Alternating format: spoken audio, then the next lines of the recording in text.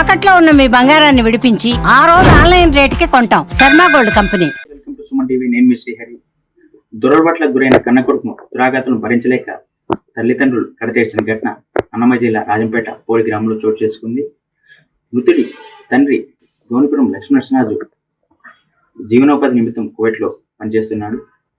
అయితే మృతుడి తల్లి లలితమ్మ తన ఇద్దరు కుమారులతో కలిసి పోలి గ్రామంలో నివసిస్తుంది.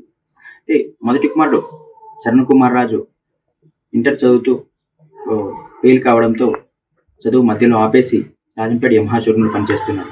ఇదే క్రమంలో చెడు వ్యసనాలకు బానిసై తమ ఊర్లో పరువు తీస్తున్నాడని తల్లి తండ్రికి విషయం తెలపడంతో తండ్రి ఈ నెల 12న కువైట్ నుంచి ఇండియాకు వచ్చాడు.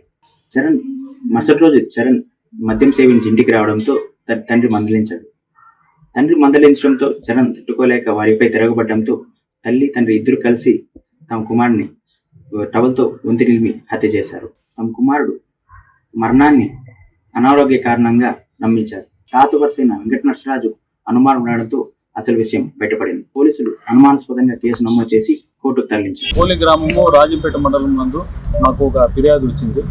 ఆ ఫిర్యాదు ప్రకారము మేము కేసు నమోదు చేసి దానిపైన ఇన్వెస్టిగేషన్ చేయడం జరిగింది.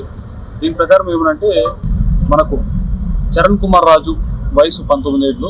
ఇతను వచ్చేసి ఇంటర్మీడియట్ ఫెయిల్ అయ్యి మనకు యమహా షోరూమ్ బైపాస్ రోడ్లో యమహా షోరూమ్ నుండి పనిచేస్తూ ఉంటాడు. ఈ అబ్బాయి కొంచెము చెడు వ్యసనాలకు బానిస అయి ఉంటాడు. అలాగే వీళ్ళ తండ్రి వచ్చేసి లక్ష్మీ నరసరాజు, అలాగే తల్లి వచ్చి లలితమ్మ. ఈ లక్ష్మీ నరసరాజు వచ్చేసి దాదాపు ఒక 18 సంవత్సరాల నుంచి కువైట్కి వెళ్ళి అతను డ్రైవర్ పని చేసుకుంటూ జీవనోపాధి చేసుకుంటున్నాడు. వీళ్ళ మదర్ వచ్చేసి లలితం అనేటువంటి ఆమె పోలి గ్రామంలో ఉంటుంది. వీళ్ళకు ఒక తమ్ముడు కూడా ఉన్నాడు. అంటే ఎవరైతే చనిపోయినాడో ఆ అబ్బాయి వచ్చేసి ఇంటర్మీడియట్ చదువుతున్నాడు.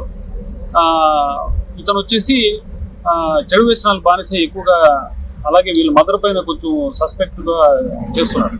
అంటే నువ్వు సరిగా అందరితో మాట్లాడుతున్నావు అట్లా ఇట్లా అని చెప్పేసి అంటే దానికి పరంగా అయ్యి ఇట్లా చెప్పకూడదు నాయనా, ఈ విధంగా ఉండకూడదు అంటే ఆమె చెప్పేదే అని చెప్పేసి ఇతను వాగ్వాదం చేసుకొని ఇది చేస్తా అంటే ఈమె వచ్చేసి వాళ్ళ భర్తకు కోవిడ్ ఉండే అతనికి ఫోన్ చేసి చెప్తుంది, ఈ విధంగా చెప్తాడని చెప్పేసి ఆయన మనకు 12వ తేదీ రాత్రి ఇక్కడ దిగడం జరిగింది.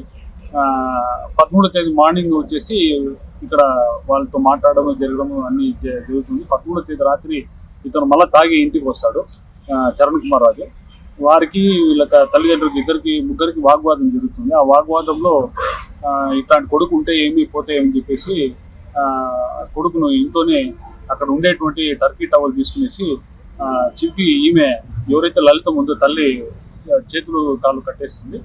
అతని తండ్రి వచ్చేసి టవల్ తీసుకునేసి గొంతు బిగించి చంపేశాడు.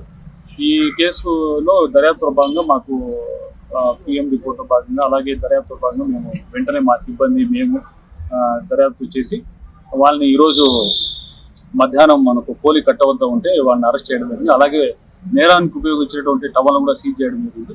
వీరు ఇరువురిని అరెస్ట్ చేసి ఇప్పుడు ప్రజెంట్ హాస్పిటల్ పంపించి రేపు రిమాండ్ పంపడం జరిగింది.